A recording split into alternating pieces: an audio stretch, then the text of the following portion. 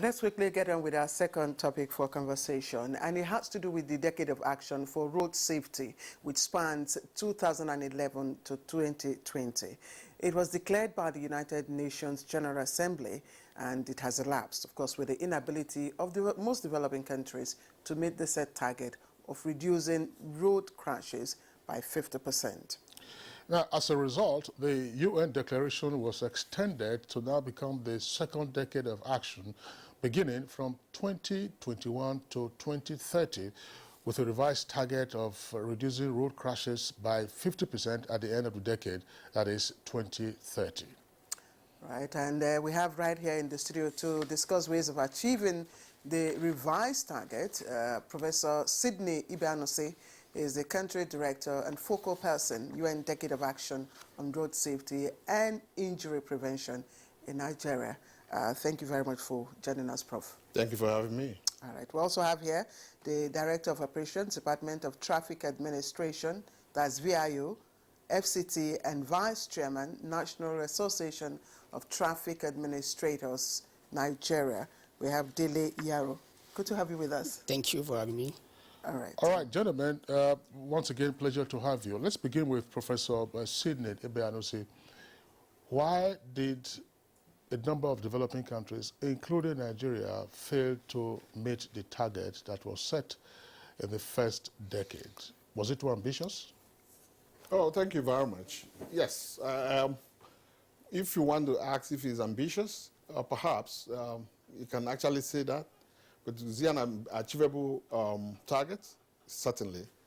The United Nations, realizing the menace associated with road crashes across the globe, decided to come up with this multifaceted, multi-sectoral approach to be able to, with the set targets, to crash or reverse the ugly trend that was observed relating to road crashes.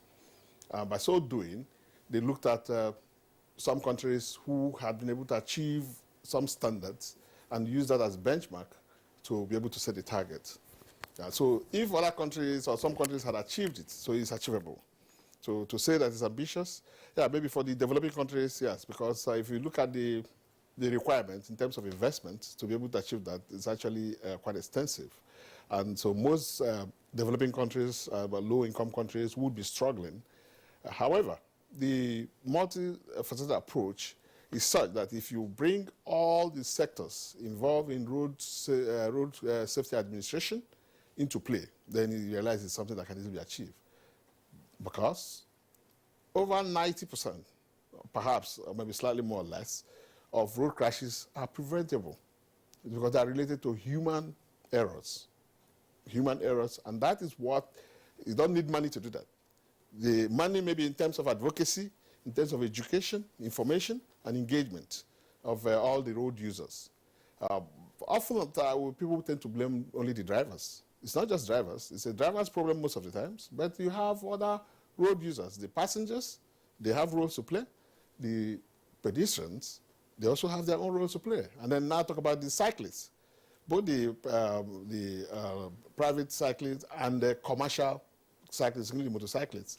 Okay, so they contribute to this. And if the investment in terms of information dissemination, advocacy is targeted to this class of persons, then you should be able to achieve that 50%. So it's something that's realizable. Then the other expensive aspects in terms of roads designs, designing safer roads to meet global standards, and road infrastructure, because those roads, not just building a very nice wide roads, these have to come with necessary infrastructures so that you have roads we call forgiving roads.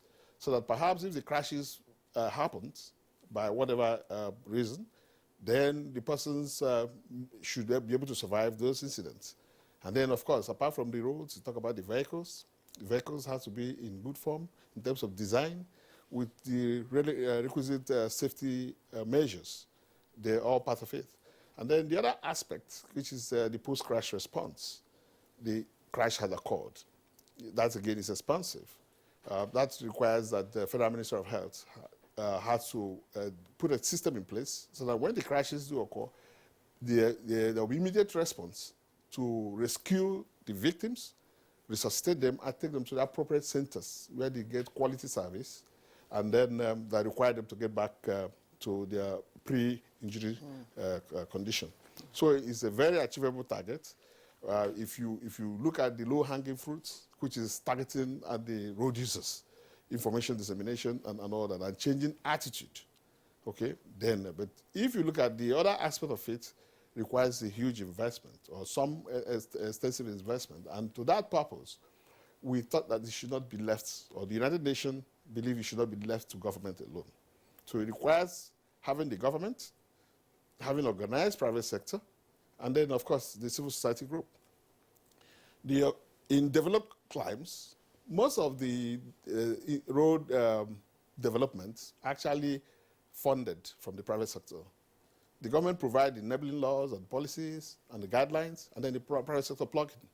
And that's what they do, and they have invested so much in it. And I think if we adopt that approach, we might be able to reduce the pressures on the government, because it's quite an expensive venture. Okay, let's just put you on hold for a while and bring in Mr. Dele Iyaro. Prevention, they say, is better than cure, just before we get to the hospital aspect.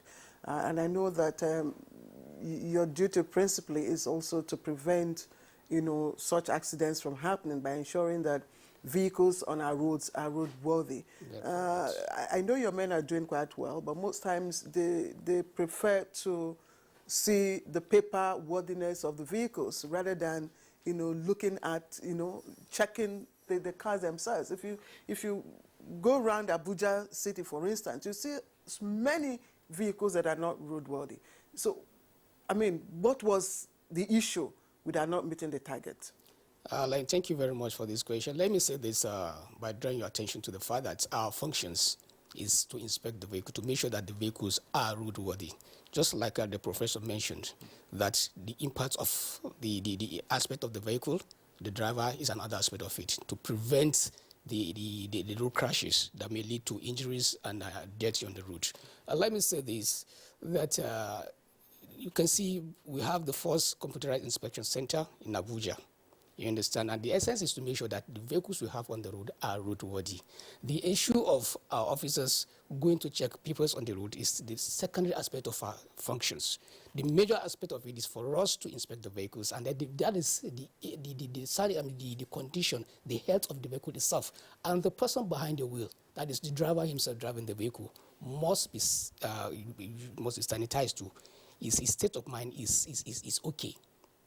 For instance, if you say our officers are on the road and they're not checking, you realize that most of the time, they are checking. They will ask you for your papers. Most of the time, you realize that even the unroadworthy vehicles, once they are aware that we are on the road checking, you understand?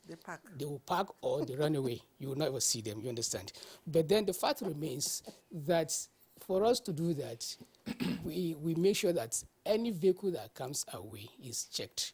And that is why you realize that before you renew your papers, before roadworthiness certificate is issued to you, you are expected to go to the computerized inspection center. And then you'll be given a temporary run for 3 months, you understand? And then once that is given, you have to be there within 3 months to make sure that the vehicle is checked thoroughly, including the emission, that is the gaseous emissions, and the braking system. Every system is checked, and before you are given a certified certificate to make sure that the vehicle is roadworthy to be on the road. And if you don't do that, you have the power to arrest you too. So that is an aspect of our job. The essence of our work and our functions on the road is not for revenue generation.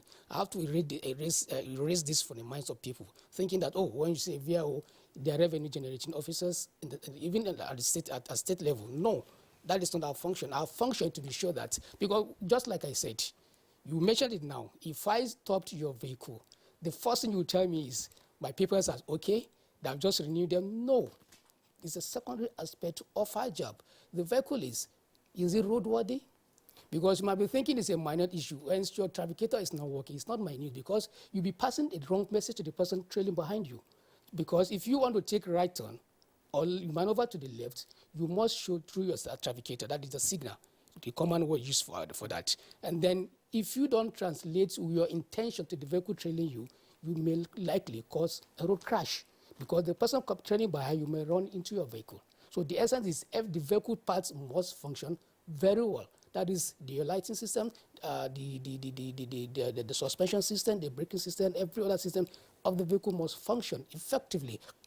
And secondly, the person driving, you know, if your mind must not be impaired. Once you are angry, you are not supposed to be behind the wheel. And anybody but that a number of these drivers you see in Abuja and in most Nigerian cities, let's say commercial drivers, Yes. those, they look to be perpetually angry. You see, that is what I'm saying. You see, you use discretions. Most of the time, when we are apprehensive, when you just come, we read you, you understand, and then to try to know what is your state of mind. You understand? Is your mind stable? It's just like when we have a pilot in the cockpit trying to operate the aircraft. Once his mind is impaired, definitely he will not be allowed to function. Likewise, the driver is the pilot on the road, and definitely he must be 100% inside, at alert. You understand? His mind must be calmed, so that you realize that even an individual, let's assume you have an argument with, have very hot argument with your colleague, and then you decide to pick your key. The rate at which you move that vehicle will not be the normal rate. How can we now help? You know, because there's a revised target now. Yes. What do you think needs to be done? Because Nigeria is among the countries that couldn't meet the target. Yes. What can be done now to? What can be done now is just like what the professor said, through advocacy, education, because the need is the road infrastructure might be there. How are the people ready to obey it? Are you ready to read it correctly? You understand? Your mind must be set. And then to make sure that your attitude on the road is safety conscious. You have respect for other road users, consideration for other road users. Now they're not claiming rights. Because just for example, in FCT now, we have this tax team on traffic light violation, you understand? Even where you are at the road junction, we have traffic light there. And the road light, the light shows you green to pass.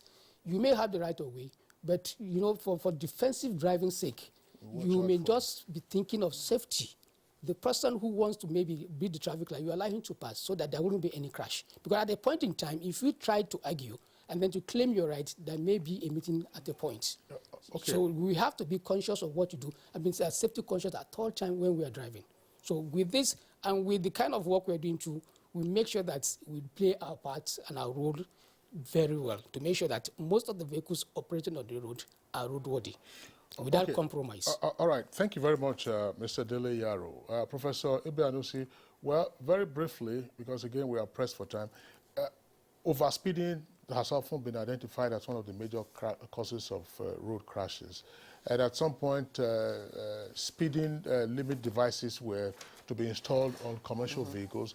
I wonder why that wasn't required for private vehicles, because private vehicles do get involved in crashes.